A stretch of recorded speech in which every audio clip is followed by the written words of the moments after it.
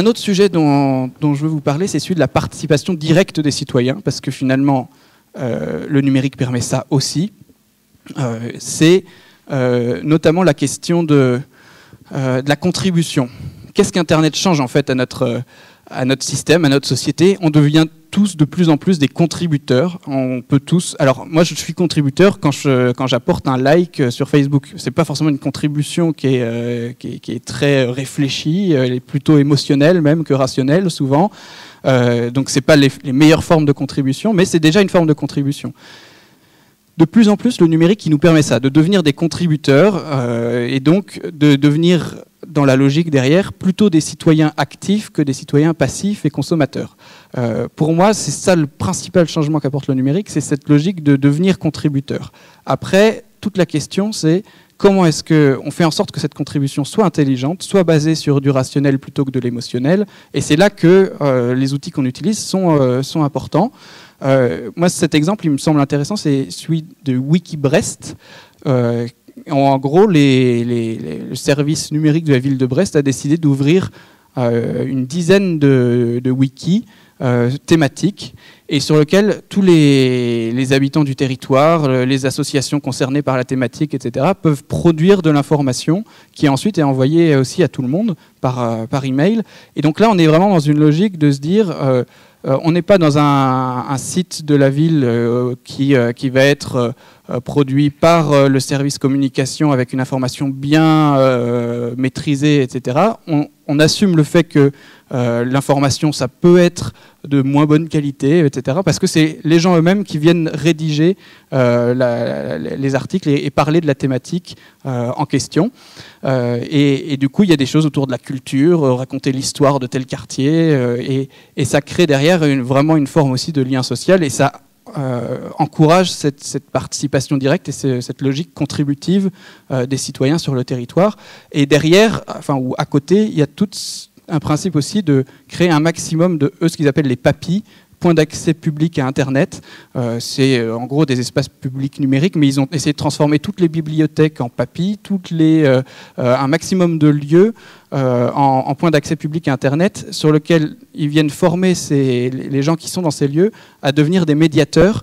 Et du coup, c'est même pas les services de la ville qui font forcément le boulot d'aider à la contribution, c'est tous ces médiateurs. Et il y a, je sais plus, une grosse centaine de papilles sur la ville de Brest qui permettent cette contribution derrière.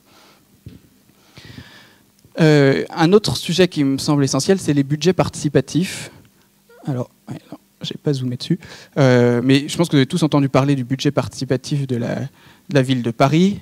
C'est 5% du budget d'investissement.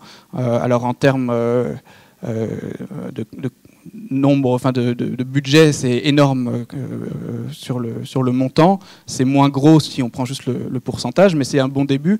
Et la logique, c'est de se dire, sur ce pourcentage-là, c'est pas le conseil municipal qui décide, c'est des citoyens directement qui proposent des projets et qui vont voter et qui vont prioriser les projets qu'ils veulent mettre en place. Moi, dans la logique, je trouve ça super intéressant. Après, il faut voir comment c'est fait, et ça reste 5%, mais on est sur une expérimentation d'une forme de démocratie directe sur une toute petite partie du budget qui me paraît intéressante à explorer. J'avais été dans mon tour de France voir la ville de Grigny dans le Rhône, où là, c'était 100% du budget d'investissement de la ville qui était géré comme ça. Donc ça changeait complètement aussi le rôle et la posture de l'administration et des élus. L'administration et les élus devenaient des animateurs. 100%. Oui, tout le budget d'investissement était décidé comme ça. Donc le rôle des élus et des agents devenait des animateurs des projets, mais finalement, c'est pas eux qui tranchaient directement. Ça vient re-questionner complètement, donc ça peut aller très loin finalement l'usage. Alors là, le numérique était présent, mais finalement pas essentiel, parce que c'est une commune, je ne sais plus, d'une 10 ou 15 000 habitants.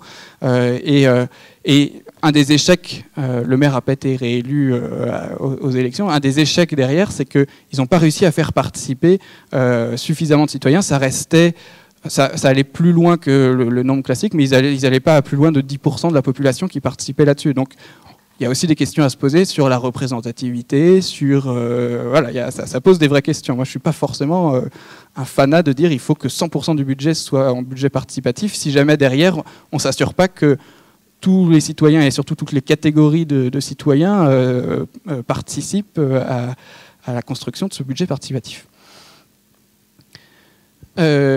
Ce que ça permet aussi, dans cette logique de contribution directe, c'est tout le principe de empowerment.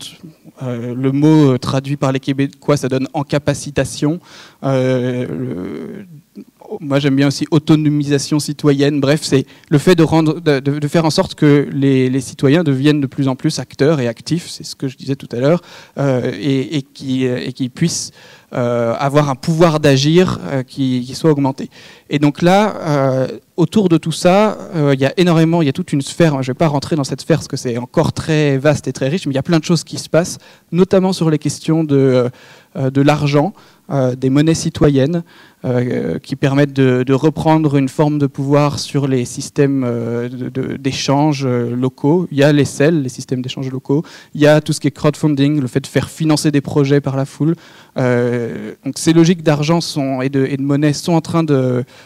ça bouillonne de projets autour de ces questions-là.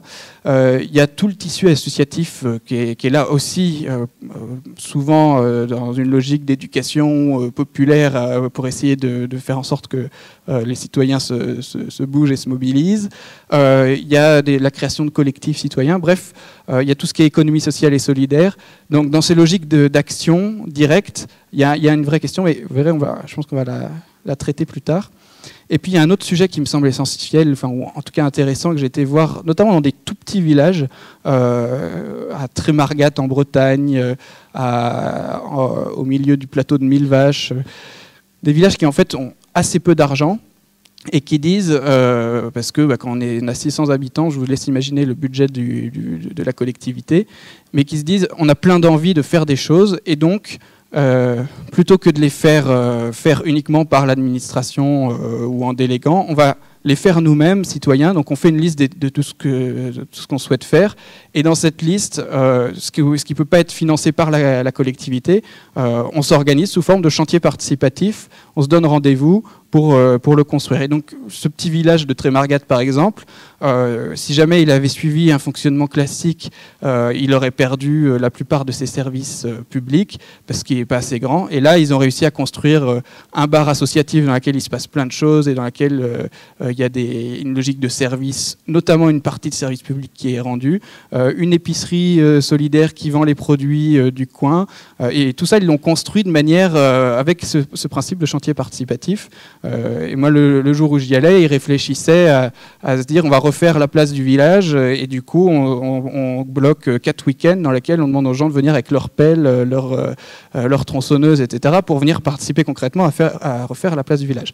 Là aussi, ça pose des vraies grosses questions sur la place du citoyen dans son territoire, le rôle de la collectivité et des agents. Mais pour moi, toutes ces questions-là, elles arrivent devant nous avec cette société du collaboratif et dans laquelle on est de plus en plus à être en capacité d'agir, de s'organiser, notamment grâce au numérique. Là, les chantiers participatifs, c'est dans des petits villages, etc., parce qu'il y a une proximité qui permet ça. Moi, derrière, je suis persuadé que le numérique peut permettre ça aussi à une plus grande échelle, et que c'est un des enjeux qui est en train d'arriver assez fort.